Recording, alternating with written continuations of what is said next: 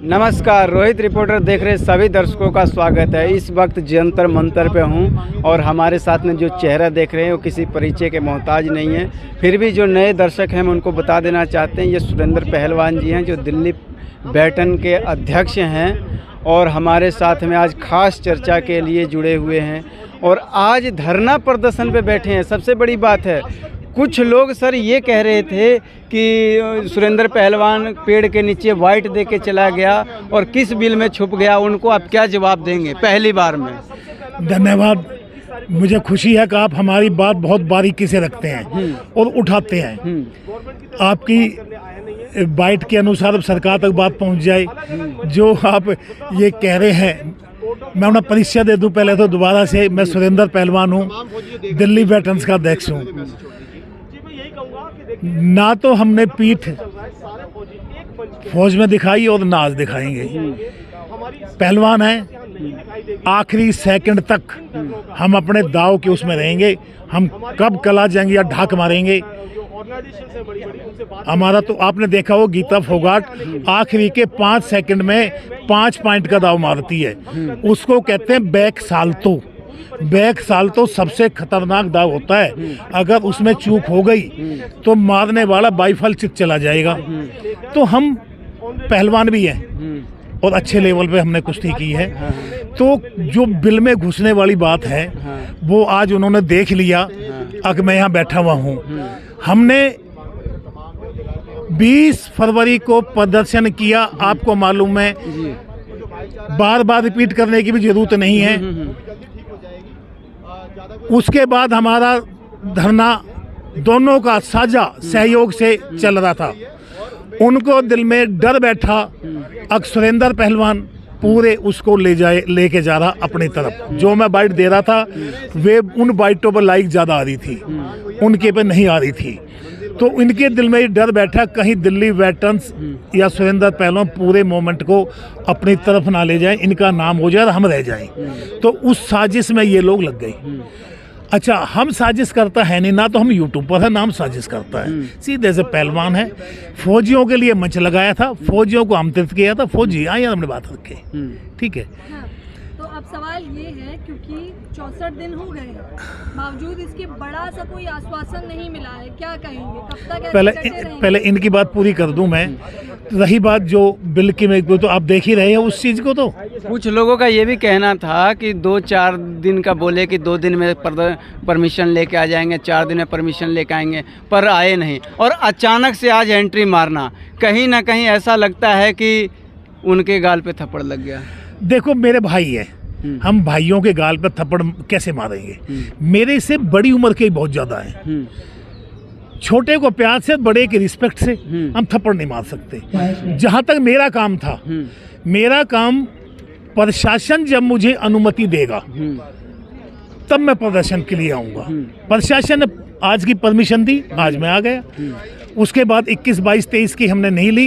अब हम लोगों से मिलेंगे, अपना समर्थन जुटाएंगे, काम करेंगे। 24 से फिर हमारा प्रदर्शन है और फिर लगातार प्रदर्शन है। इस तरीके से जिस दिन परमिशन नहीं मिली उस दिन हम आराम से 2 या 4 आदमी अलग बैठेंगे। कोई टेबल नहीं लगेगी, कोई मैट नहीं लगेगा। हम कानून के साथ हैं, दंगाइयों के साथ नहीं है। उनका ये भी कहना है कि हमने रेल रोके, हम जो है कि दीवारों पे चढ़ गए और हमने जो है कि जहर की शीशी खा ली। इस तरीके से हमने प्रदर्शन किए हैं सरकार को झुकाने के लिए, अपनी मांग को मनवाने के लिए। सुरेंद्र पहलवान ने क्या किया है? जो ये आप बता रहे हैं ना, ये मैं नहीं समझता ये एक सिपाही का काम है। सिपाही का काम ये नहीं है, ये दंगाइयों का काम है। अगर आपने मरने का ज़्यादा शौक है, लेटर लिखो, मुझे जेल में को मर जाओ, सरकार देखेगी, मीडिया अपने आप लेटर को छोड़ देगी। मरने का ही शौक है तो अरे टंकी पे चढ़े क्या साबित करोगे? दंगाई हो फिर फौजी नहीं है, दंगाई है। मैं तो उनकी तुलना फिर दंगाई से करूँगा। वे दंगाई है, एक सिपाही नहीं है। उनकी सोच सिपाही की नहीं हो सकती, दंगाई की है। और सरकार को मजबूर करते हैं दंगे की धमकी देके, क्योंकि सरकार को मालूम है भाई ये फौजी हैं, भाई कहीं फौजी भड़क ना जाएं। उस करके सरकार चुप लगा जाती। जैसे आज धरने बैठे हैं, परमिशन नहीं थोड़ी है, बिना उसके धरने बैठे हुए हैं। यानी बिना परमिशन के वो लोग धरने बैठे हुए, सबका संघर्ष कमेटी। इनकी परमिशन 20 तारीख को भी रिजेक्ट हो गई थी और आज तक ये बिना परमिशन के ही धरने बैठा रखे हैं। पुलिस ने कह दिया ठीक है आप बैठे रहो। अच्छा, तो इस तरीके से बिना परमिशन बैठने से क्या होगा सर? टाइम वेस्ट होगा या फिर सरकार बातें मान लेगी? सरकार के किसी भी खाते में सबका सैनिक संघर्ष कमेटी कोई धरने पे नहीं है। ठीक है, दिल्ली वेटरन्स का 20 तारीख का था, दिल्ली वेटरन्स का आज है। उन लोगों का ये भी कहना है और आपका ये कहना है कि 20 फरवरी की जो धरने की क्या नाम परमिशन आपने करवाई थी, दिल्ली वेटरन्स कमेटी ने कराई थी, उनका जबकि कहना है कि हमने करवाई है। कपिल फौजी कहना है वो पर्ची हमारे पास है, हमारे सबका संघर्ष कमेटी के पास में है। देखिए, झूठ के पैर नहीं होते और ना तो हमने झूठ कभी बोली, ना सीखी और ना हम बोलते हैं। उन्होंने जो परमिशन डाली थी, परमिशन डालने का मतलब परमिशन नहीं होती है, वो रिक्वेस्ट होती है, जो कि 19 फरवरी की को डीसीपी ने उनकी परमिशन रिजेक्ट कर दी थी। और जब ये अंदर आए थे तब भी एसएचओ साहब ने इनको रोक दिया था, बोला भाई आपकी परमिशन नहीं हुई, कल आप आए नहीं है, परमिशन नहीं है आपकी। तो बोला, इन्होंने कहा जी अब चले जाते हैं, लेकिन फिर हमारी परमिशन थी, हमने बोल दिया ठीक है हमारी परमिशन है, अब आ जाओ। ठीक है, तब हमारे मंच पे ये आए हैं उस परमिशन पे। जैसा कि आपने पिछली बार जो इंटरव्यू में बोला था कि आपने 1.5 लाख रुपए जो है उस दिन खर्च किए, कपिल फौजी का ये जवाब था आपके लिए कि 1.5 लाख रुपए का खाना हमने खाया क्या, हमारे लिए खर्च किया क्या? इस पर क्या कहेंगे आप? ये सबके सैनिकों के लिए किया था, ना कि एक सबका संघर्ष कमेटी के लिए किया था, या कपिल फौजी खा गया था? देखिए, ना तो मैंने किसी इंडिविजुअल का नाम लिया भाई वो खा गया। हमने जो खर्चा किया था अपने जो पूरे देश से फौजी भाई आए थे उनके लिए किया था, लेकिन उनको ये भी नहीं कहा था अब तुम बैठ के यहाँ पर्ची काटो सैनिकों की। एक तो फौजी 2000 रुपये खर्च करके किराए का लगा के आया, ऊपर से आप पर्ची लेके बैठ गए, तो शर्मा शर्मी फिर फौजी 1500 रुपये दे के जाता है, यार इनका खर्चा हुआ है, मानते हो ना? अब उनको ये तो मालूम नहीं पर्ची कटाने वालों को भाई खर्चा एक आदमी ने किया है, वे अपना कटा के चले गए, 10-20 लाख रुपए इकट्ठे किए और अपने गोली हो गए। अभी तक के टोटल कलेक्शन का अनुमान 40 से 50 लाख का है हमारे उसमें, छोटा मोटा नहीं है। और फिर जब इन्होंने कलेक्शन कर ही लिया तो इनकी जिम्मेदारी बनती है भाई अब हम नहीं चाहते भाई एक आदमी से खर्चा उठाए, ये आपका रिम्बर्स रहा। मेरा खर्चा हुआ था 1,13,350 रुपये। अच्छा। और 14 नवंबर का हुआ था 52,000 रुपये। 14 नवंबर को 52,000 रुपये खर्च करने के बाद किसी का फ़ोन आया था, बोला भाई आपका क्या खर्चा हुआ, तो मैंने मना कर दिया था, क्यों मैं झूठी नहीं बोलता। बोला भाई जो मैंने करना तो कर दिया, कोई खर्चा नहीं, क्योंकि उन्होंने मालूम किस तरीके से कहा होगा, हमने खुद कहा था बोले कोई खर्चा नहीं। लेकिन 20 फरवरी का जब इन्होंने पर्ची ही काट दी तो किसी एक आदमी पे उसका खर्चा नहीं आना चाहिए, उन्होंने रिम्बर्स करना चाहिए। फिर हमारी मर्जी है, हम 11,000 दें, 1100 दें या 2100 दें। गोपाल कृष्ण जी का नाम पिछली बार आया था कि पर्चियाँ वो काटते हैं और आपने उस पर बोला था कि वो बड़े भोले भाले हैं, साउथ के लोग हैं। उस पर उन्होंने बयान दिया कि हमें भोले भाले ना समझें, उनको जो है कि सबका संघर्ष कमेटी से निकालने का काम किया है, अगर कपिल फौजी नहीं निकालता तो कहीं ना कहीं मैं निकाल देता। इस पर आप क्या कहेंगे? किसकी हिम्मत, सुरेंद्र पहलवान कोई पेड़ का पत्ता नहीं है गिरा हुआ जो कोई निकाल दे। और मैं ये जो साउथ ने क्या नाम बताया उसका, गोपाल कृष्ण या और जो वे मेरे मुकाबले में कहीं नहीं है जो मैं उनकी बातों की टिप्पणी लूँ या सीरियस लूँ। नादानी में ये इस तरीके की बात करते हैं तो हंसी आएगी मुझे इस चीज़ की। अरे मेरा यानी हमने खर्च किया, रिम्बर्स करो हमारा, जब तुमने पर्ची काटी है तो। वो उनका कहना है कि क्या हमसे पूछ करके खर्चा किया था? उन्होंने खुद कहा था, उन्होंने टेलीफोन में खुद कहा था हम इसको रिम्बर्स करेंगे। घोषल ने खुद कहा हम रिम्बर्स करेंगे इसको, बोला आप कर दो, हम इसको रिम्बर्स करेंगे। तो इस पर घोषल साहब अभी क्या कहते हैं, क्या उनका प्रतिक्रिया है? मैंने बात नहीं की, हमने बिल भेज दिया था, वे बिल देख के ग्रुप में और धन्यवाद लिख के और चुप लगा जाते हैं। जब 2-3 बार बिल भेजा, पर्ची भेजी तो उन्होंने मेरे को ग्रुप से आउट कर दिया, रिमूव कर दिया।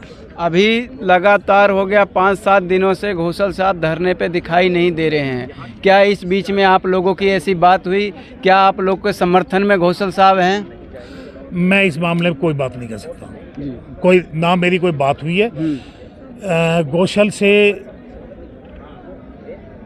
मेरे ख्याल से 1 या 2 तारीख को बात हुई हो तो हुई, उसके बाद आज तक गोशल से बात नहीं हुई। क्यों, जब भी आमने सामना होता है गोशल मुंह फेर के चल देते हैं, क्योंकि जब हमारे दिल में दिमाग में चोरी नहीं है, हम तो छाती तान के चलते हैं। जिनके आंखों में पानी मरता है वो मुंह फेर के चलेगा। तो कहीं ना कहीं वजह तो रही होगी। एक जो है कि आपका क्या नाम है, बागा बॉर्डर की तस्वीरें आती हैं, उस पर दिखाई देता है घोषल साहब आपके साथ में हैं, कंधे से कंधा मिला करके चल रहे हैं, और आज आप कह रहे हैं कि नजरें फेर के चले जा रहे हैं। क्या बात रही, क्या वजह रही इस पे? हम जब बागा बॉर्डर के लिए तिरंगा यात्रा लेके अच्छा स्वागत किया हमारा, हाँ। और वही एक यात्रा ऐसी है, अब हम एकजुट होकर खड़े हुए, वही एक शर्म की एक दीवार है, क्योंकि हमारे अंदर शर्म है। उन्होंने शर्म की कोई चीज़ नहीं की। उन्होंने ये नहीं देखा भी इन्होंने 2 हमारे इवेंट किए, खर्चा किया, तो इन्होंने वो नहीं, इन्होंने सिर्फ अपना चेहरा देखा। अब हमारा चेहरा दब रहा है सुरेंद्र पहलवान के आगे, तो उसको बचाने के लिए उन्होंने ये गेम खेला है। तो इस तरीके से जो कि धरना के अंदर आपने 1 लाख कुछ हजार रुपए बताया कि खर्च किए आपने, तो क्या आप ये उम्मीद लेकर के खर्च किए थे कि जो चंदे की रसीद कटेगी, पर्चियां कटेगी, उसका पैसा हमें साझे में दिया जाएगा? नहीं नहीं नहीं नहीं नहीं, ऐसा कोई वो नहीं था। लेकिन ये उन्होंने कहा था भाई इस बार हम कुछ रिम्बर्स करेंगे, सारा अपन ही डालेंगे, लेकिन चंदे की रसीद का नहीं था। वो अपने तरफ से देंगे। भाई जब दिल्ली वेटरन्स इतना इवेंट करने के बाद पैसा खर्च करती है तो उनकी जेब से क्या खर्च हुआ? सवाल ये उठता है, सबका सैनिक संघर्ष कमेटी जो ये कहते हैं हमने ये आंदोलन किया, वो आंदोलन किया, उन्होंने क्या खर्च किया? 1 रुपये भी खर्च किया उन्होंने? 1 सिंगल रुपये भी कोई खर्च नहीं किया। अच्छा, एक बात आप ये भी बता दीजिए कि 8 तारीख का जो प्रोग्राम था, 8 या 9 अप्रैल का जो प्रोग्राम था, अभी मीटिंग होनी थी, उससे पहले आप लोग एक थे, उससे पहले कोई बयानबाजी नहीं हुई। उसी दिन के बाद मीटिंग के दौरान के बाद बयानबाजी क्यों हुई? इसका क्या वजह रहा? असली मुद्दा क्या है? देखिए, वो मीटिंग ऑर्गेनाइज की थी सबका सैनिक ने, ठीक है, और मेरे को उसकी 2 दिन पहले मेरे को जानकारी मिली उसकी कि इन्होंने जो ग्रुप बना रखे थे जिसमें मैं ऐड था, वे ग्रुप एडमिन थे, उसमें से मेरे को ब्लॉक कर दिया था। ठीक है। तो वो पोस्ट जब मेरे पास आई, मैंने देखा, तो मैंने अपने लोगों को बुला के मीटिंग वगैरह की, सलाह मशवरा किया, तो हमने एक पोस्ट भी डाल दी थी, भाई हम इस चीज़ को मंजूर नहीं करते, हम इसका बाइकाट करते हैं। तो जब बाइकाट का वो आया तो उन्होंने भी थोड़ी मिर्ची विर्ची लगी है उसकी। तो कई हमारे सदस्यों ने ये कहा वो नहीं, आप जाओ वहाँ और देखो उनका क्या। मगर देखो, मैं आज ही बता देता हूँ, वे हमारे को एंट्री के लिए बैन करेंगे वहाँ दिल्ली वेटरन्स के लिए। ठीक है। बोला ऐसे कैसे? मगर बता दी मैंने, भाई उनकी मीटिंग है, हमारी तो है नहीं, मेरा स्टेज नहीं, मेरी मीटिंग नहीं। बोला नहीं आप जाओ। हम 5-4 आदमी एक गाड़ी में बैठे वहाँ पहुँचे, वही हुआ।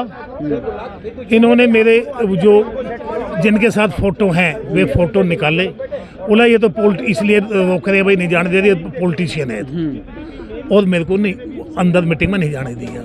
हम मीटिंग में जाते तो जो ये घपला कर रहे वो घपला रोकते, सारी चीज़ रुकावट आनी थी इसमें। तो हमने कहीं ना कहीं इनके दिल में ये बहुत बड़ा चोर था। सुरेंद्र के रहते हुए ना तो हम घपला कर पाएंगे, और एक चीज़ का हिसाब भी देना पड़ेगा, क्योंकि जो खर्चा करता है वो हिसाब मांगेगा। ठीक है जी, ये डर था इनका। अभी भी मैंने सुनने में आया कहीं वो तलवार ने कहा भाई आगे का खर्चा लो, हिसाब देंगे, पीछे जो पर्ची कटी वो कोई हिसाब नहीं, ऐसा मैंने सुनने में आया है। उनका ये कहना है कि जो पैसा है वो यूनाइटेड फ्रंट को चला जाएगा, जो पर्ची कटी है वो यूनाइटेड फ्रंट को चला जाएगा। रामलीला मैदान में जो प्रोग्राम करेंगे उसका खर्चा कहाँ से आएगा? इसलिए हम तो उनका ही नहीं। जो कमेटी 8 तारीख में गठित हुई है, 9 तारीख में, वो कोई मोर्चा बनाया है इन्होंने, यूनाइटेड फ्रंट बनाया है वीर बहादुर ने, वो इनसे अलग है। जो 6 अगस्त की जो रामलीला ग्राउंड में दिया है वो इनसे अलग है, वो हमसे अलग है। अच्छा, हम एक मंच पे थे, एक मंच पे आएंगे, फिर आएंगे एक मंच पे। ये बात है। तो ये जो आपका अलग जो आज जो टेंट लगा है, ये कब तक चलेगा और इसमें कैसे लोगों को आप संगठित कर पाएंगे? ये हमारा टेंट, उनका जवाब था कुछ लोगों का जो ये कह रहे थे भग गया, छुप गया, उनको जवाब था ये लगाने के लिए, वरना कोई शौक भी नहीं था, कोई शौक भी नहीं था, उनको ये जवाब था। ये हमारे साथ सुरेंद्र पहलवान थे। आप लोगों को इनका विचार कैसा लगा?